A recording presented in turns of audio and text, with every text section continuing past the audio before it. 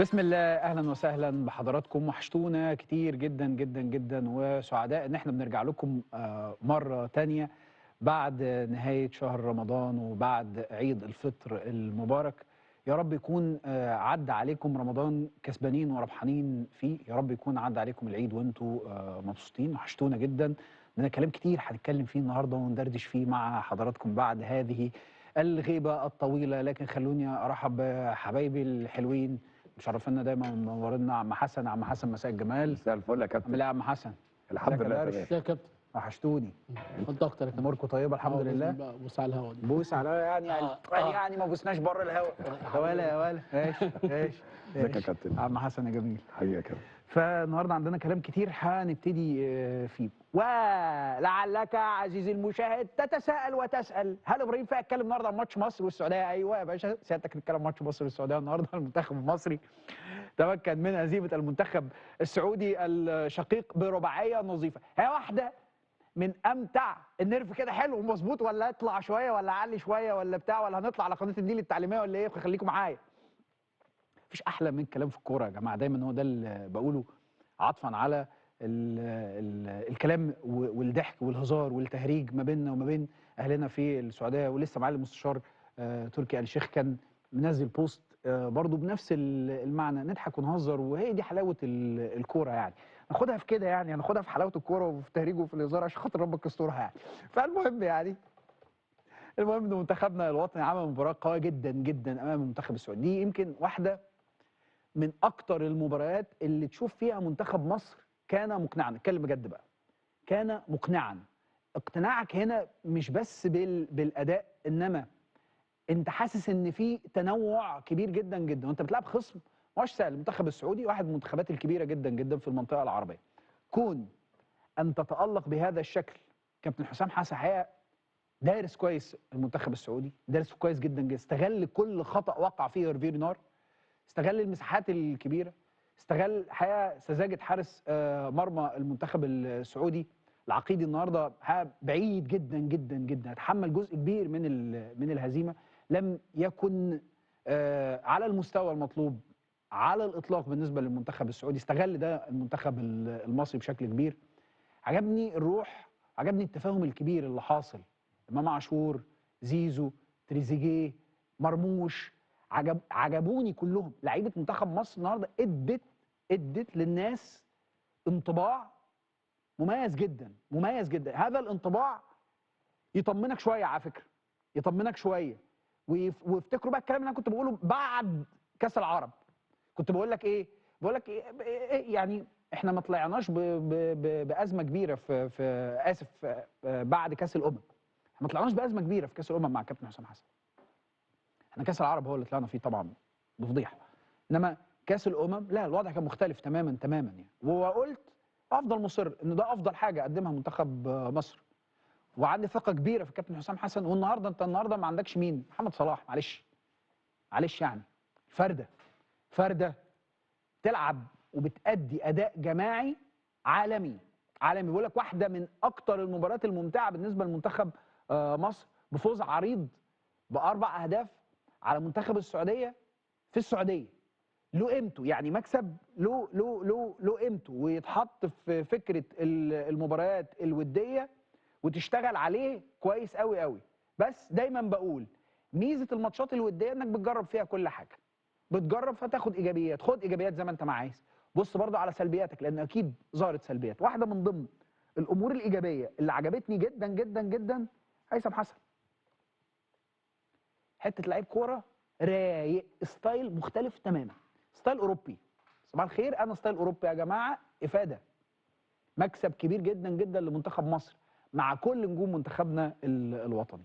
فرحان جدا باداء المنتخب، وبقول انه اذا استمرينا بهذا الشكل كمان قدام منتخب اسبانيا عندنا احتكاك قوي. ما يفرقش معايا، دايما بقول ما يفرقش معايا النتيجه، يفرق معايا المكتسب بتاعي، يفرق معايا اللي انا هكسبه من المباراه. ونقطه مهمه يعني، واتمنى ان الناس ما تقعش في الحته ديت. الناس نحن عشاق المقارنات، فيلا نقارن هيثم بصلاح. لا مش كده، عندنا حاجه حلوه وعندنا حاجه حلوه، عندنا طعم وعندنا طعم. نستفيد بده ونستفيد بده، عندنا تنوع ومال. ف بحيي الكابتن حسام حسن بشكل كبير جدا، وبحيي لاعيبه منتخبنا الوطني على هذا الاداء المتميز والقوي امام منتخب السعوديه، وبقول هارد لك اكيد لمنتخب السعودي الشقيق ولاهلنا في المملكه. واعتقد ان عندهم نقاط كتيره جدا جدا لابد ان يتحرك فيها المنتخب السعودي، لانه افتقد للريتم، افتقد للاستراتيجيه، وافتقد للهويه. اكتر حاجه بتميز المنتخب السعودي عبر الاجيال هي الشخصيه. النهارده المنتخب السعودي يفتقد للشخصيه في مباراه من المفترض ان هي بالنسبه له كان يطلع منها ببعض المكتسبات الايجابيه. طيب نروح بقى ل بعد منتخب مصر عندنا الزمالك والاهلي. خليني الحقيقه ابتدي بالزمالك، وانا كنت مقرر وقت العوده انه اول حاجه اتكلم عليها هو الزمالك، لانه الحقيقه انا دايما فتره الاجازه بحاول ان انا ابعد تماما يعني. فمهم جدا مهم جدا نادي الزمالك ياخد حقه. على حسب معرفتي من زمايلي هم اكثر يعني في خلال فتره الاجازه تعاملا مع السوشيال ميديا، كنت بعيد تماما عن فاصل انه الزمالك لم يحصل على حقه فيما قدمه خلال هذه الفتره. انك 7 انتصارات متتاليه مع الكابتن معتمد جمال، لا ده انجاز. 7 انتصارات في ظل هذه الظروف وغلق للقيد. مش عارف الزمالك عليه بتاع حوالي 14,000 قضيه وقف قيد مثلا، حاجه زي كده.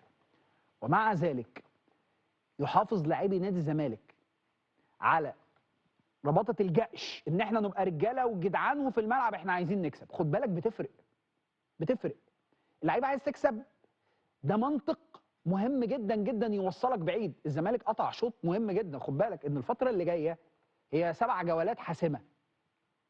اللي هيعدي من ال7 جولات يقدر يفوز ببطوله الدوري، ادي واحده. الثانيه، الزمالك هو الفريق المصري الوحيد اللي موجود في افريقيا في البطوله الكونفدراليه، فيما غادر الاهلي وبيراميدز والمصري. الظروف تقول غير كده، يعني الظروف تقول الزمالك هو اول فريق يخرج والثلاثه التانيين هم اللي مكملين. عشان كده بقول لك الكوره لازم تحترمها، لازم تحترم الكوره، لازم تفهم ان كل حاجه هي في الملعب. انت عندك اداء وعندك تركيز. وللامانه احنا دلوقتي لما تيجي تتكلم لحد اللحظه دي، جون ادوارد عمل من الفسيخ شربات. شئنا ابينا في وقت من الاوقات الناس تنتقده، الناس تزوم عليه، الناس تزعل، الناس تقول، الناس تروح، الناس تيجي. أنا بكلمك النهارده لم يكن احد يتخيل ويتوقع ان يكون الزمالك بهذا المستوى بهذه النتائج. فلازم الناس تاخد حقها.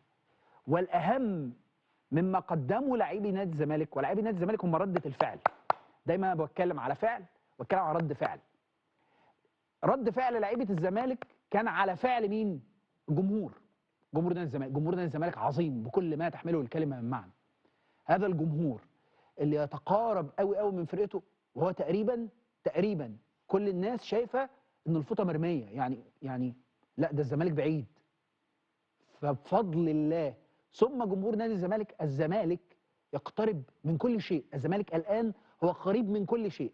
على فكره مش معنى كده ان الزمالك فاز ببطولات، لا لسه لازم يكمل وينجح في المعترك اللي جاي في افريقيا والمعترك القادم في الدوري المصري عشان تقدر تقول مبروك للزمالك. لكنك من الصعب ومن الجحود ومن عدم الحياديه انك تشوف ما يقدمه نادي الزمالك ولا تشير اليه وتستحسنه دون اي مقارنات. يعني انت مش محتاج تدخل الزمالك في مقارنات عشان خاطر تتكلم عن نجاحه. هو باين ونجاح تاني وتالت ورابع. اذا قلنا انه جون ادوارد كان عاملا مهما، واذا قلنا ان لعيبه نادي الزمالك ايضا والكابتن معتمد جمال على راسهم، الراجل اللي بيخدم نادي الزمالك من غير اي حاجه، لكنك لابد ان تنظر الى جمهور نادي الزمالك. هذا الجمهور العظيم الذي يستحق تحيه كبيره جدا جدا على تواجده. وانت مش بتشكر جمهور على وجوده مع النادي، انما انت بتبين للناس يعني انت مش تقول لهم انا بشكركم ان انتم موجودين مع ناديكم، لان هو ما فيش حد الجمهور هو العنصر الوحيد زي ما اتفقنا اللي ما لا يتقاضى اي شيء عن اي حاجه، ولا محتاج منك شكرانيه ولا محتاج منك حاجه. لكن الجمهور بقى محتاج يسمع الكلام ده، محتاج يسمع ده في الاعلام. يعني ما يكونش الناس كلها عامله شغل انا مش سامعك انا مش شايفك. تمام، ده عمره ما كان من الحياديه في شيء، ولا عمره كان حتى كمان من المنطق ولا من الضمير في شيء. الزمالك يستحق تحية كبيرة جدا جدا، ما فازش بطولات ولكنه قريبا من كل شيء، وكل شيء لا يحدث إلا إذا كانت هناك رغبة في الاستمرارية.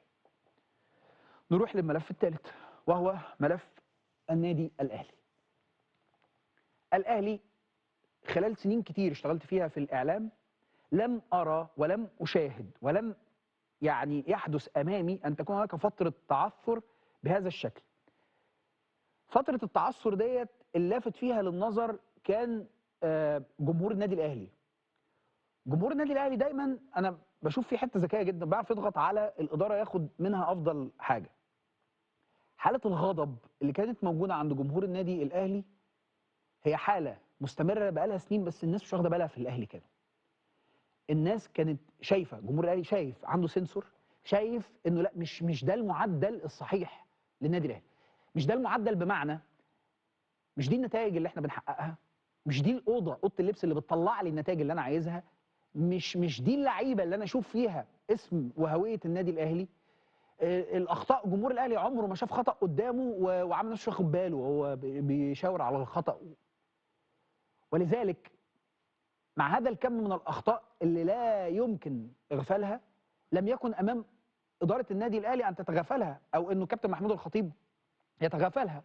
ولذلك كان البيان ترضى عنه ما ترضاش عنه، مش هذه القصه، لكن في البيان طلع الناس قالوا لك احنا عندنا اخطاء اداريه. والحقيقه ان الاهلي عنده اخطاء اداريه واضحه وصريحه، هذه الاخطاء هي متوارثه ونتيجه تعاقب للادارات المختلفه، سواء على صعيد اداره الكوره او على صعيد لجنه التخطيط او على صعيد الرؤيه. وبالتالي انت تدفع ثمنها، لازم تدفع، مفيش حاجه مالهاش ثمن. بس في نقطه احيانا يفلت منك زمام المنطق. ركز بس في الكلمه دي عشان دي مهمه قوي. يفلت منك زمام المنطق، فالناس تقول لا ما اصل هي دي الصفقات، دي صفقات مش الاهلي ما بيجيبش صفقات لعيبه كده. لا، الاهلي طول عمره فريق نجوم. معلش انا اسف، يعني انا ما بعرفش اقوم واخدها ايه حزمه جرجير كده كلها على بعضها ونقوم لا لا، الاهلي طول عمره فريق نجوم. طب ايه اللي اختلف؟ اقول لك انا بقى ايه اللي اختلف. اللي اختلف ان في الاهلي عبر كل العصور، رغم نجوميه ابو تريكه ونجوميه عماد متعب ونجوميه فلافيو ونجوميه حسام غالي ونجوميه كل الاسماء اللي كانت موجوده في الفريق، الا انه ما كانش هناك الفوارق الكبيره الماديه اللي تخلي اوضه اللبس فيها حاجه، تخلي في الامور امور، تخلي اللعيب بيبص بره، تخلي اللعيب بيسمع، تخلي اللعيب مش على بعضه، تخلي فيه كذا كذا كذا. ثم انه مع كامل تقديري واحترامي للكل وكلهم على دماغي من فوق، من بعد سيد عبد الحفيظ لم يأتي مدير الكرة اللي يملأ هذا الفراغ. سيد عبد الحفيظ عمود، مدير كرة عارف يتعامل وشربها كويس جدا جدا. ولذلك دي نقطة مهمة الناس مش واخدة بالها منها. إدارة الكرة هي برضو إدارة لغرفة الملابس، التعامل مع اللعيبة. الأهم هو إنك مع كل مرة بتغلط نفس الغلطة في إنك بتجيب مدير فني من غير حتى ما يبقى عندك فهم هو الراجل ده جاي يعمل ايه. والاهم من كل ده انك في تعاقداتك كلها بتتعاقد تعاقدات لا تتعلم فيها من اخطائك. يعني بيبقى عندك مشاكل في التعاقد، وبرضه مره ثانيه تقوم مكرر نفس القصه في الشرط الجزائي. سكه ودغري، سكه ودغري. كابتن سيد عبد الحفيظ والاستاذ ياسين منصور بيصلحوا اخطاء وهيصلحوا اخطاء كتيره. هذا الامر سيستلزم بالضروره وقت. عشان بس بقول لك، وانا كل بقى اللي هقوله لك دي معلومه، كل اللي جاي ده معلومه. لو تفتكر كلامي انا معاك عشان انا بجيب لك سكه ودغري، انا ماليش مصلحه. في ناس بتطلع بتعمل نفسها قريبه من الاهلي وتحب الاهلي وهم ليهم مصالح، وبيهاجموا لمصالح ويهاجموا اشخاص لمصالح ويتكلموا في امور معينه في مصالح. قال يعني انا قلبي على النادي الاهلي. جمهور الاهلي فاهم كويس وبيبقى عارف وراصد كويس ايه ده، ايه اللي بيتقال. ففي ناس كان دأبها طوال الفترات الماضيه ان هي تسرب اخبار ثلاث ارباعها مضروب. مش هي دي القصه. القصه الاهم ان انا كنت بقول لك طول الوقت، بقول لك ايه، في عز ما الاهلي بيشغل على الصفقات اقول لك في اعاده هيكله، لدرجه ان الناس قالت لي هو انت ما عندكش غير اعاده هيكله؟ ايوه، لان انا المعلومه اللي عندي اللي انا متاكد منها زي ما متاكد ان انا قاعد قدامك ان النادي الاهلي فيه مشاكل كثيره جدا جدا لا ترضي لا الكابتن ياسين لا الاستاذ ياسين منصور ولا الكابتن سيد عبد الحفيظ، وهذا الامر سيتطلب وقت. طيب اللي جاي ايه؟ اللي جاي ايه؟ خلاص تم توجيه الشكر لكل اللجان اللي موجوده.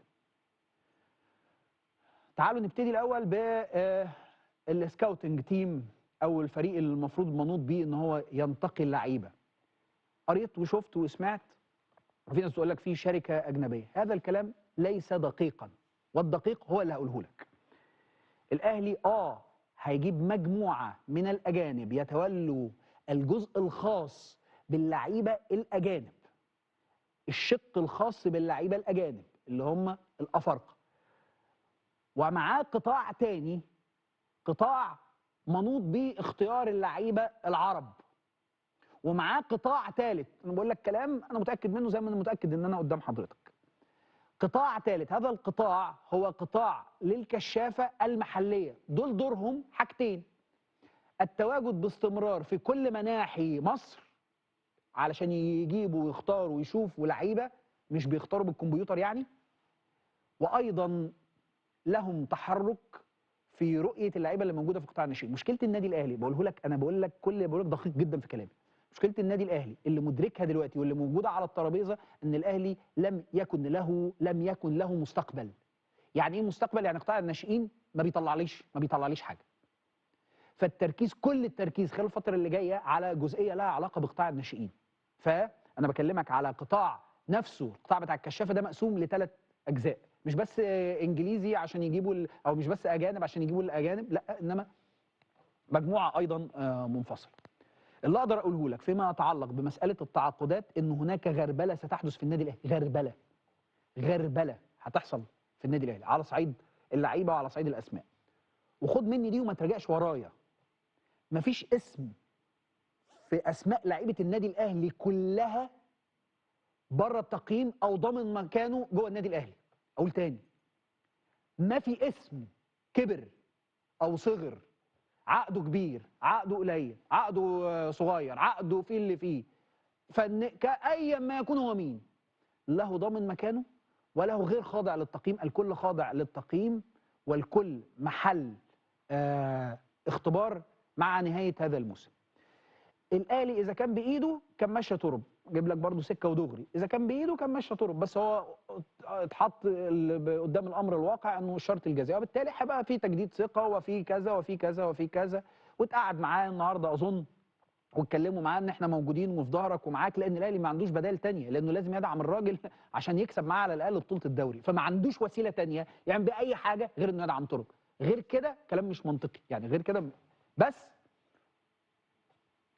انت فاهم وانا فاهم انه يستر حتى لو جاب بطوله الدوري هو لن يستمر في النادي الاهلي. ماشي كده عشان برضو تبقوا في الصوره. في نقطه من ضمن النقاط ايضا، انا عارف انك ممكن ما يكونش الكلام بالنسبه لك منطقي، بس بقول لك المعلومه اللي عندي، انه من ضمن الحاجات انه اتقال كلام كتير عن مساله قطع اعاره كاموش وانه يرجع تاني وانه الراجل النهارده واحده من ضمن طلباته سيبوه يا جماعه ياخد فرصته لحد نهايه الموسم. انا اللي بتعامل معاه فسيبوني اتعامل معاه لحد نهايه الموسم. دي واحده. الثانيه، كل ما يتعلق بفكره وسام ابو علي حتى اللحظه اللي انا بكلمك فيها دي، انا معودك على ان اللي بقوله لك ده ابن النهارده، يحصل تطورات ده يبقى ابن بكره. ابن النهارده لم يطرح اسمه وسام ابو علي، ابن النهارده. بكره دي حاجه ثانيه مش مطروح. ممكن تقول لي ابراهيم عادل، اقول لك ابراهيم عادل مطروح. ابراهيم عادل انت حتى لما تعدي الموضوع بالمنطق كده انت شايف قريب ما هوش بعيد. هو فعلا قريب ما هوش بعيد، ما اقدرش اجزم لك، بس هو قريب ما هوش بعيد. انا وانت فاهمين. طيب في فكره خارطه الطريق، انت بتتكلم على مدير تعاقدات، طرحت اسماء كتير على فكره بالمناسبه. النادي الاهلي لسه بيدور ولسه بيفكر ولسه. طب هتقول لي امتى؟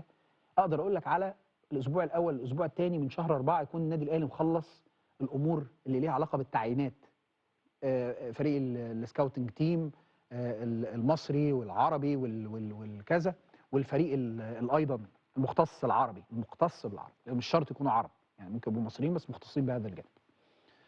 والتعاقدات، مدير التعاقدات، مش عايز اطرح أو اقول اسماء فنقع في هذا الجدل البيزنطي يعني.